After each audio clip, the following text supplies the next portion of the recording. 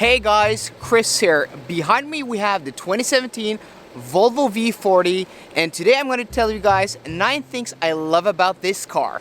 So I want to start off with the styling. I really like the styling of the Volvo V40. You know, this is a compact luxury hatchback and it does look very premium and it looks very expensive. Even though this particular car is equipped with these quite smallish 16-inch rims, I think it just fits the bill very well. This is the inscription trim and it just looks very elegant, especially in this silver gray paint color. And as you can see there, you have, you know, chrome details around the windows, and you also have chrome details there on the lower bumper and also here on the grille. So bringing this up to date with modern Volvos, and this is the only of the old Volvo models, you know, their old design language that gets the Thorshammer LEDs. It got it on the 2015 facelift, if I'm not mistaken, and I think it just works very well on this model. So I really do like and love the design of this Volvo V40. Secondly, I want to talk about this interior because though it's getting a little bit old, this car, the interior, the quality is very nice. It's got a very solid build. Soft touch plastic up top on the doors and on top of the dashboard. You know, materials and switchgear just feels very, very solid. The hard buttons and, you know, leather in the door inserts and on the armrest. All the switchgear just feels very solid. And this being the inscription with, you know, chrome details around the vents and around the nav system, and, you know, this aluminum trim here on the console just gives this car a very, very solid and very premium feel and look.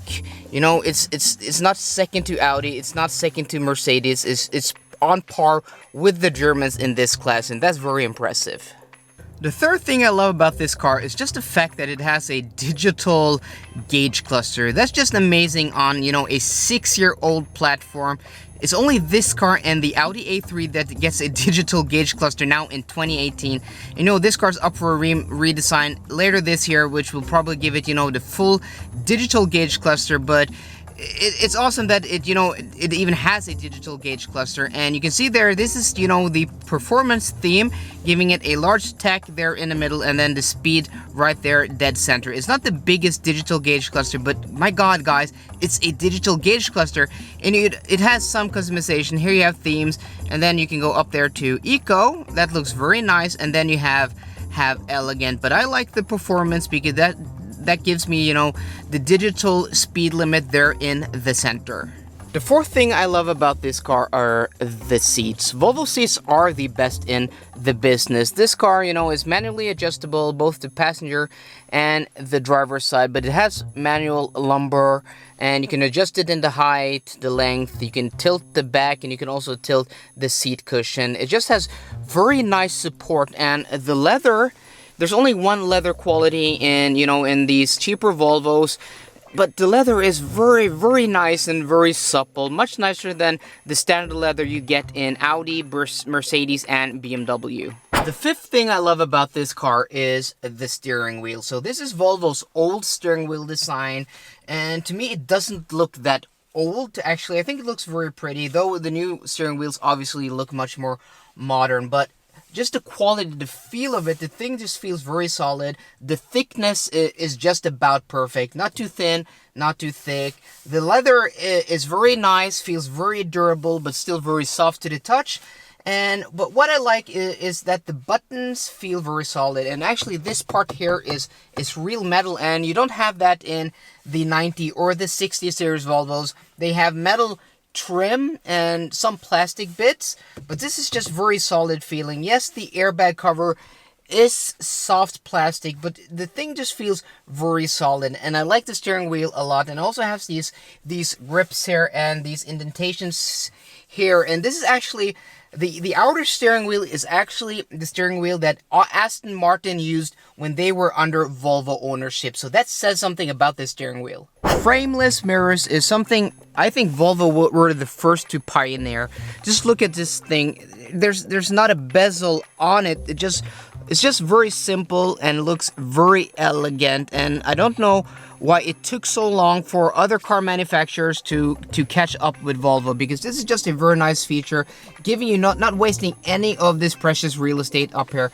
And this is also automatic dimming and all the niceties you get with this modern mirror.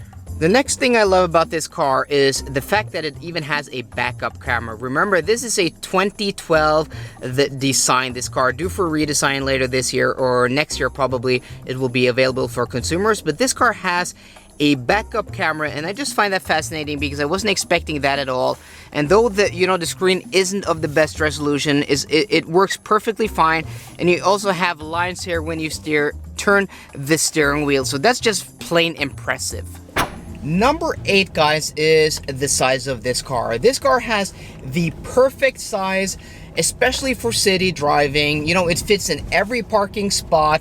It fits, in every narrow street. You'll never have a problem with a car this size. But it's not small enough that you can't use it practically, because it has a decent enough boot. The boot is big enough for most people, especially for daily errands. But you can even, pack it up for a trip. And if you really need space, you can always fold down the rear seats, giving you a huge boot. So the size of this car is just there in the sweet spot. The last thing I love about this car, number 9, is actually the sound system. And for the past few months, I've been driving the new V90 with the bass stereo, and I haven't been too impressed. It's perfectly fine, but compared to the Bowers & Wilkins upgrade that I've had in my XC90 for the past 2 years, it doesn't even compare. But this bass audio system, there isn't much to show. You have a tweeter here in the door, and then you also have a woofer and a mid-range speaker down there below. You don't have anything up top here, so the setup is very simple, but the sound is very impressive. It might be that this is, a smaller cabin, meaning you're closer to the speakers, but to me, it's much more impressive than the sound system you get in the base V90. So that's the last thing I love about this car. So there you go, guys, the 9 things I love about the 2017 Volvo V40 Inscription. If you like this video, please drop me a thumbs up down below, and for more car content, please subscribe. See you guys later, and goodbye.